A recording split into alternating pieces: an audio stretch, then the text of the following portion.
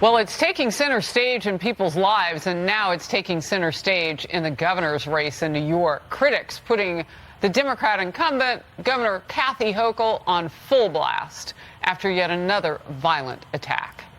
A jogger was raped in the heart of the city. Police say it was a homeless man with a rap sheet a mile long, wanted for prior assaults, with at least 25 other arrests. Now charged with choking, raping, and robbing a woman yesterday morning in Manhattan. And police are saying he could even have sought a second victim who was able to call 911. It was GOP candidate Lee Zeldin, who said New Yorkers live in fear. People see the videos, the pictures, they see the news reports, they want leadership, they want action, solutions, zero tolerance, we're taking back our streets, this is how. But instead, what we're getting is that, don't understand why this is so important to you, Congressman Zeldin. Well, when she says that to me, she's saying that to everybody else. Yeah, he's talking about her reaction most recently when they were debating. She just couldn't figure out why he was concentrating so much on crime. Now, mind you, the moderator was asking about it, too. Yesterday, Hochul got backup from some big names who say otherwise. Vice President Kamala Harris and Hillary Clinton, the former Secretary of State, added in her 2 cents. Maybe you don't watch television, but if you did, you would see what I see, which are ads about crime every 30 seconds, right? No solutions, but just a lot of really fearful, scary pictures and scary music. They don't care about keeping you safe. They want to keep you scared. She's actually selling it for the other side. Where do you think they get all that video of crime? Because it's happening. It's on your phone, it's on the news, it's on the radio, it's all around you. She's selling it right there for the Republicans, helping them out. Real Clear Politics has Governor Hochul up by 6 points. I remember when those digits were much farther apart.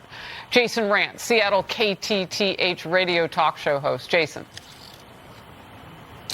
I love the idea that Hillary Clinton is out there yet again trying to gaslight us. That you have Kamala Harris out there. Is she there because she wants to bail out some of the criminals who have been actually caught and maybe actually going to be prosecuted? At the end of the day, what we're seeing is over and over and over again a prolific criminal problem. And even though Kathy Hochul wants to now claim that she's maybe going to take this issue seriously, the reason why they're running away from it is because they're responsible. It's their policies. And everybody knows that they've done a really good job branding themselves around the defund movement, and now they're going to suffer some of the consequences. We'll see what ends up happening in New York, but this is a blue state. It should not be that close, and I think it's much closer than 6 points. Hochul did admit, Jason, that crime has gotten worse after she blamed master manipulators and data deniers, those are her words, for creating a conspiracy of rising crime, she said. I acknowledge there is a crime issue. That's why it's not new to me because it's election time. I've been working on this throughout my entire time as governor. Well, she hasn't acted like it's urgent. In New York City, specifically, crime has surged. Overall crime up nearly 30% over last year. Now, Jason, she can say in these last few hours, and I've been counting since we started at 11 o'clock, it's 86 hours until Tuesday, because we can count like that now, not even days anymore. She can say what she wants to say, but she can't stop the crime. And it's going to happen right through the time that people are voting. Yeah, I mean, that's the unfortunate reality of the situation in New York right now. We're going to have another major, maybe 2 crimes that happen before Tuesday. And while she's out there saying, well, this is not new to me, I've been working on it. Okay, well, you failed. You failed to address the crime issue. There's no ideas coming out of Kathy Hochul's mouth or their campaign. There's nothing at all. There's this, you're a data denier, then, okay, maybe you're not denying the data, but it's not political, don't worry.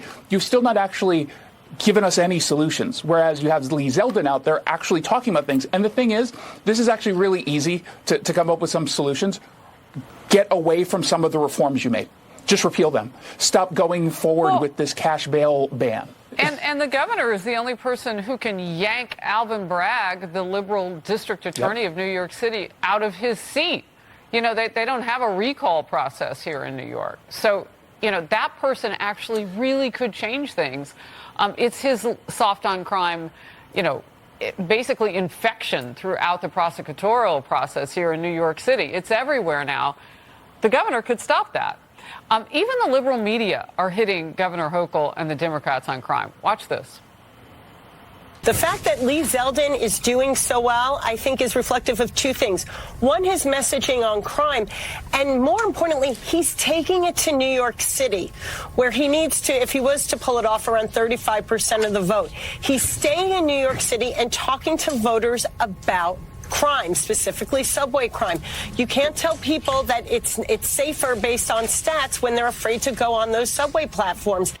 And that was the point I was making with Hillary Clinton, talking all about, oh, it's all over the TV. Well, how does she think it gets all over the TV unless it's we're shooting it.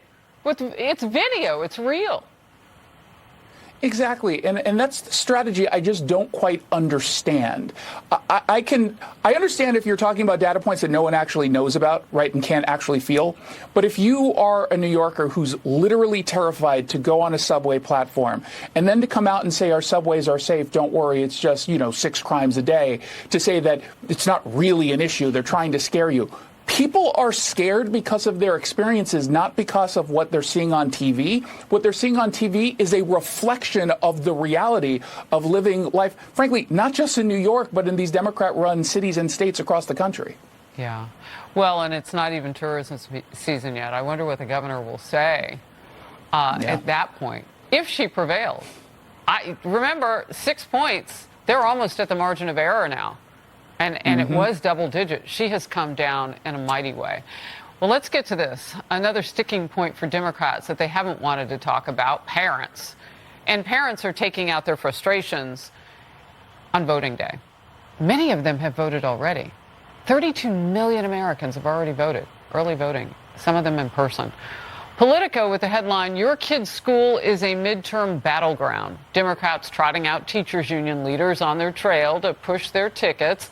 But many of those union leaders are the very people who push those devastating school lockdowns and support woke lessons. Parents saw firsthand what their kids were learning during these remote learning sessions. They saw critical race theory. They saw kids learning about, very inappropriate matters that should never be taught in schools. They've seen the books these kids are bringing home and reading as part of their assignments from school. So they don't need anyone to tell them anything. Fox Radio host Colin Cowherd said parents are over it. He tweeted, don't mess with people's kids. It lands differently, and they will hold a grudge. Jason. Yeah, don't mess with people's kids. I think that is a perfect way to sum this up.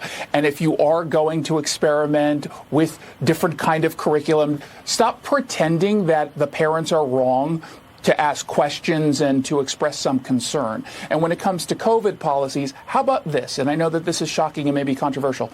Apologize. Apologize for what you did to these kids when you shut down the schools, not because of the data, not because of the science, but because you wanted to take more money from the federal government. Just simply look at these parents and say, I'm sorry. Randy Weingarten, this week, right? Her union leads 1.7 million teachers. She doesn't want to do what you just said.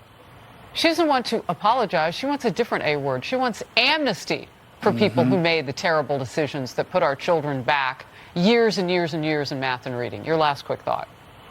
Yeah, it's time for a COVID hall of shame, and she should be in that hall of shame. There are so many people who purposefully lied to us. It wasn't when they didn't know any information. We give a lot of leverage to those folks, but then they decided to completely ignore all of the data, and they didn't care that your kids were hurting.